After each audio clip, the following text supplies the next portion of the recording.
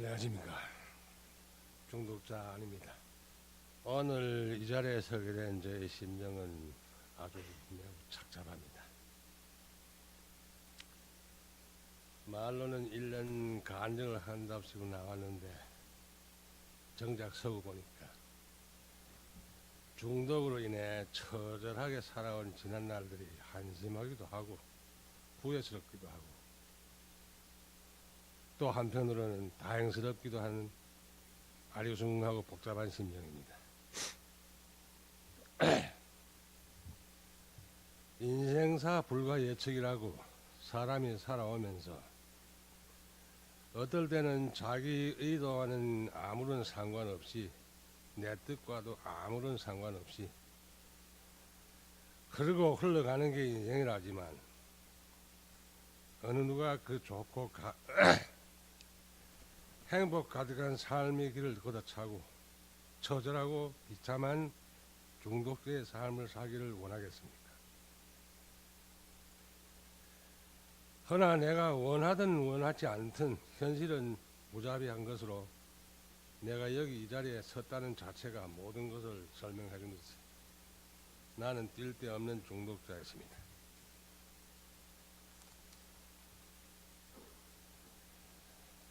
그럼 내가 어쩌다 이 꼴이 돼서 중독자의 신세가 되는지 살펴보겠습니다. 미국에 오기 전 중국에서 나의 삶은 그래도 잘 보냈다고 할 수 있겠습니다. 대학을 졸업하고 좋은 직장에 다니면서 가정을 꾸리고 아들 하나 딸 하나 기르면서 고향 부모님들을 본받아 안락하고 행복하게 잘 살았습니다. 아들과 딸도 부모들 마음을 알기라도 한 듯 잘 자라주고 공부도 잘하여 둘 다 명문대에 들어갔고 졸업하고 좋은 직장에 다니고 있어 부모된 나로서는 더없이 행복했고 바랄 것이 없었습니다.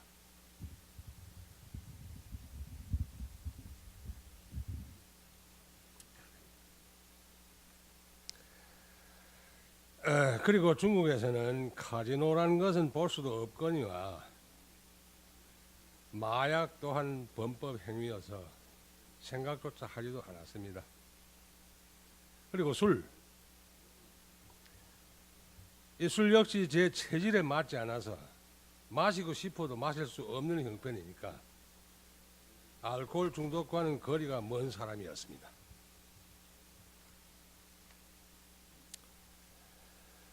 (30년) 근무를 마치고 퇴직한 나에게 뜻하지 않게 아주 우연히 미국행이라는 행운이 찾아왔습니다.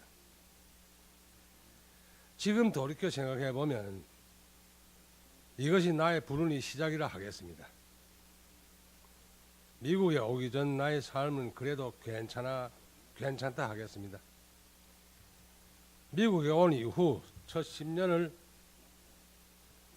정말 열심히 살았습니다. 돈을 벌어서 집에 보내고 일하고 보내고 그것이 전부였습니다. 다른 생각할 겨를이 없었습니다. 이렇게 열심히 일하며 잘 나가던 나에게 뜻하지 않은 변이 찾아왔습니다.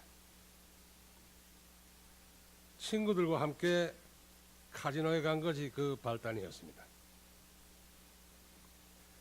카지노에 들어서는 순간 온몸에 전율이 쫙 퍼지는 것을 느꼈습니다. 참으로 신기하고 매혹적인 곳이었습니다. 충동은 꼬리에 꼬리를 물고 일어납니다. 중국에 있을 때는 알지도 못했던 나의 도박 기질에 불이 붙은 것입니다. 처음인지라 게임이 익숙하지도 못했고 종류도 다양해서 구경하며 알아가다가 블랙잭에 붙었습니다.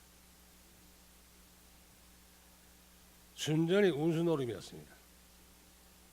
운이 좋으면 먹고 운이 따르지 않으면 잃는 게임이었습니다. 쉬는 날이면 카지노로 달려가 놀았습니다. 한참 동안은 먹고 잃는 게 별 진전이 없었습니다. 그래도 잃지 않은 게 다행이었습니다. 그러다가 치명적인 약점을 발견하게 되었습니다. 한 사람이 잘못하면, 즉 초짜가 들어오게 되면 테이블에 같이 앉은 모두가 죽는다는 것. 그래서 블랙잭에서 그만두고 나인에 붙었습니다. 이 게임 역시 운수 노름이었습니다. 비록 다른 사람의 피해는 없더라도 승률이 보이지 않습니다. 운에 맡기는 수밖에 없었습니다. 한참을 나인에서 헤매다가 바카라에 붙었습니다. 그리고 빠져들었습니다. 워낙 내게 맞는 게임이었습니다. 게임이 많았지만 이 바카라만이 지나간 그 게임이 다 거기 나타납니다. 흐름이 보입니다. 승률이 보입니다. 물론 100% 정확한 건 아니지만 이길 수 있다는 자신감으로 점점 더 깊이 빠져들어서 갔습니다. 처음에는 돈을 적게 가지고 다녔기에 잃어도 그만이었습니다. 누가 말하듯이 처음부터 계속 지기만 하면 놀 사람이 없다고. 먹을 때의 기분은 정말 짜릿합니다. 그러나 도박이란 놀다 보면 어느 순간 홀딱 반하는 수가 있는데 귀신에 홀린 것처럼 도저히 걷잡을 수가 없습니다. 특히 잘 안 될 때 걷잡지 않으면 눈이 뒤집혀 있는 돈 몽땅 잃고 마는 것. 그리고 돈을 적당히 가지고 다닌다고 항상 깨우쳐 보지만 그 적당량이 점점 늘어납니다. 그리고 도박장에 오래 있으면 뛸 데 없이 다 잃는 게 그 법인데 한번 가면 다음은 되겠지 하며 하루 종일 있다 보면 결과는 뻔합니다. 이렇게 제 딴에는 잘해본다는 것이 점점 더 구렁텅이로 빠져드는 것입니다. 우리 생각을 좀 해봅시다. 떼약볕에서 하루 종일 뼈 빠지게 일을 해야 하루에 겨우 100불, 많아야 200불. 그런데 카지노에서는 잘하면 한두 판에 200불 혹은 그 이상. 하루 종일 애써 벌어야 할 돈을 몇 불 만에 벌 수 있다면 이보다 더 좋은 돈벌이가 어디 있겠습니까? 이것이 당시 나의 생각이었습니다. 그러니까 놀지 않을 수가 없었습니다. 빈 털터리가 되어도 이번엔 내가 나를 컨트롤하지 못해 잃었지만 다음에는 절대로 그러지 않겠다고 다짐하며 또 갑니다. 그러면 앞선 경험에 일주일쯤은 자제하며 잘 하는 것 같다가도 시간이 지나면 또 망하고 맙니다. 이렇게 계속 반복되는 실패에도 다음은 안 그러지, 절대 안 그러지 하며 또 갑니다. 어떻게 빠져나올 수가 없습니다. 유혹이 너무 크니까. 한 번만 잘하면 혹은 이번만 잘하면 하는 요행 심리가 계속 작용하고 있으니까요. 어쩔 수가 없더라고요. 이렇게 도박에 빠져서 헤매일 때 황당하고 귀찮은 일들이 많았지만 한 가지만 신뢰를 들고 말씀드리겠습니다.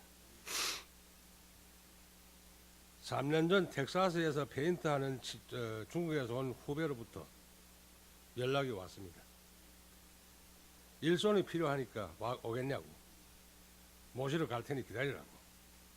그때 마침 일이 없어 쉬는 때라 이틀 후로 텍사스로 일하러 떠났습니다.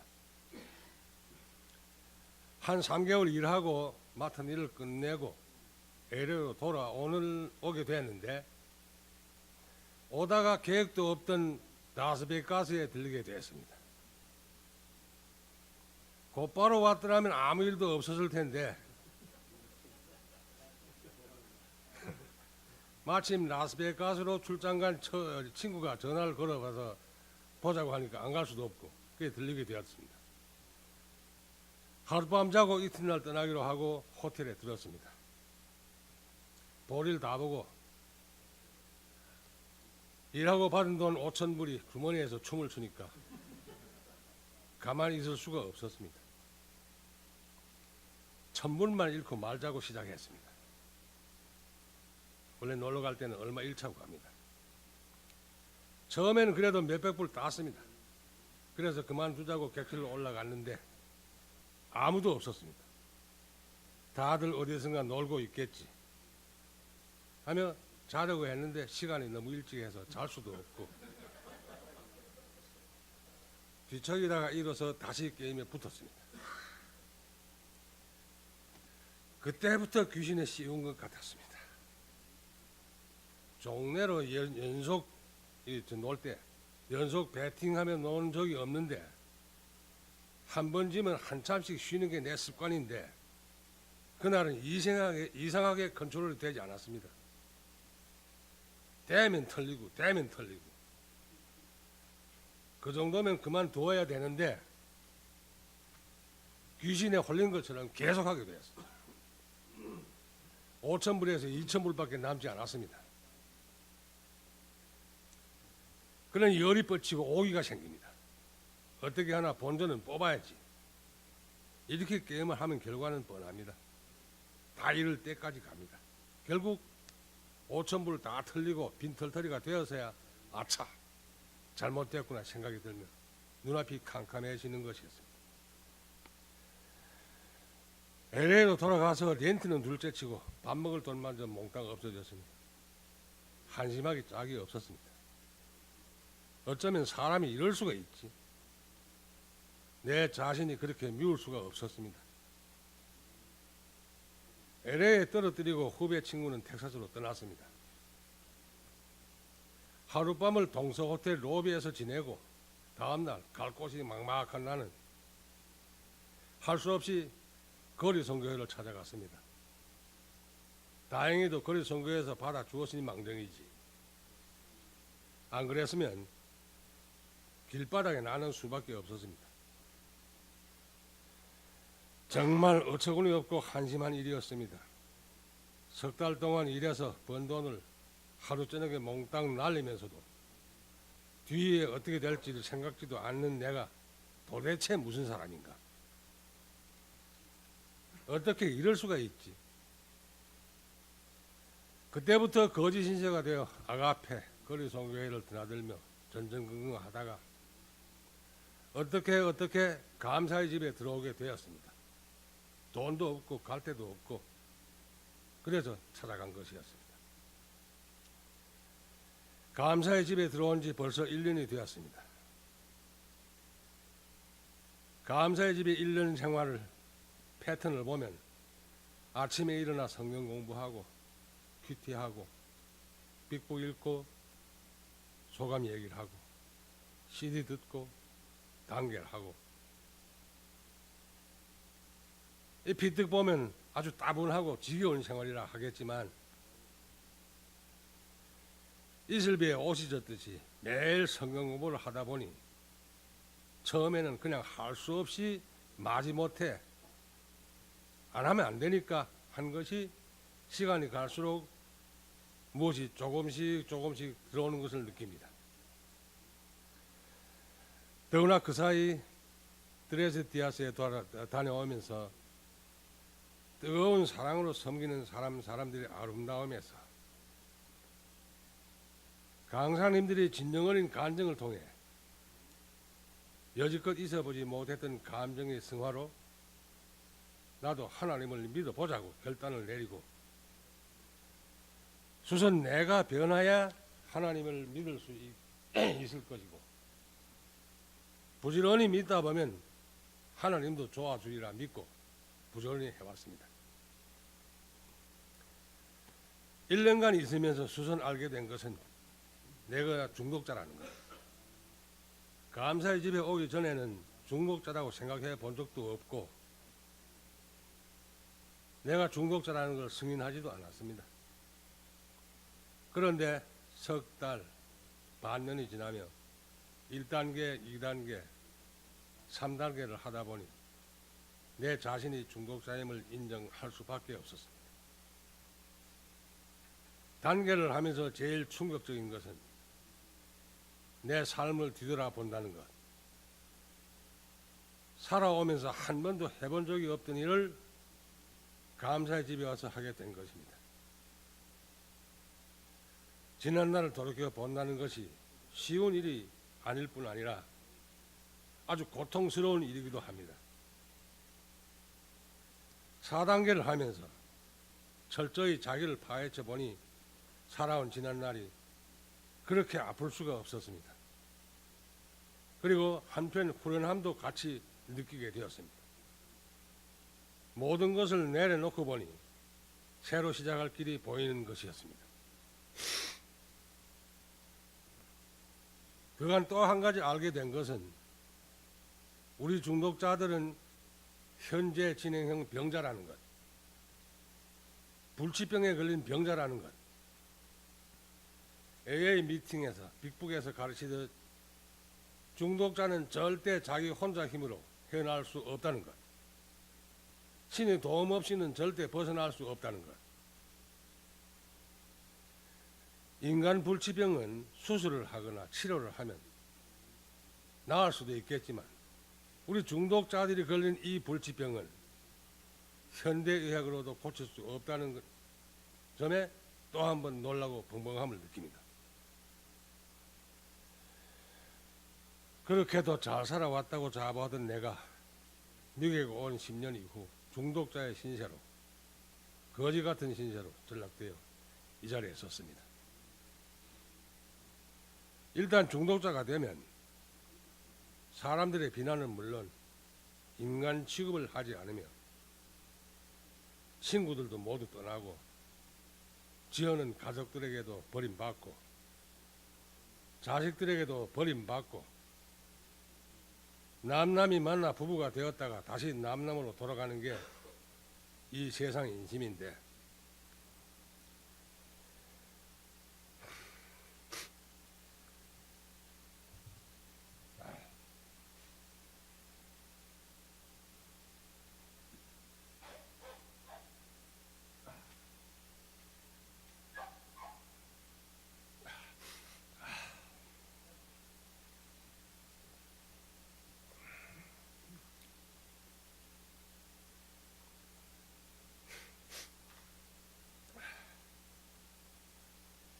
이 삭막한 세상에서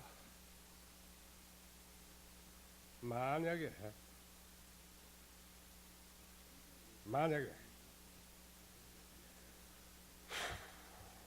이 길갈 미션이나 감사의 집이 없었더라면 우리 중독자들의 신세는 어떻게 되었을까? 이것이 요즘 제가 가장 크게 자주 떠오르는 생각입니다.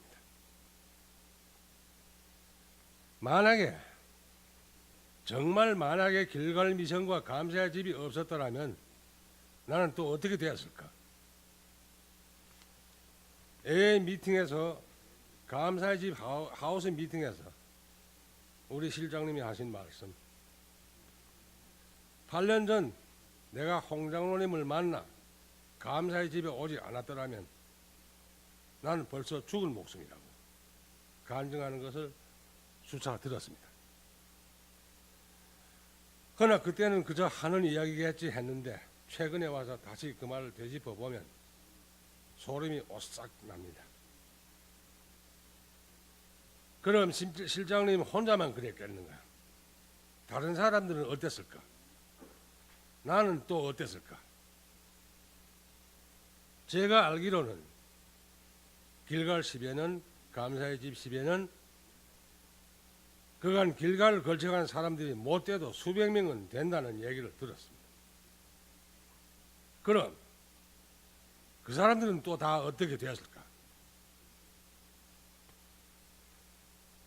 이 삭막한 세상에 누군가가 중독자를 위하여 20여 년간 한결같이 봉사하며 수고하는 분이 계시다는 것,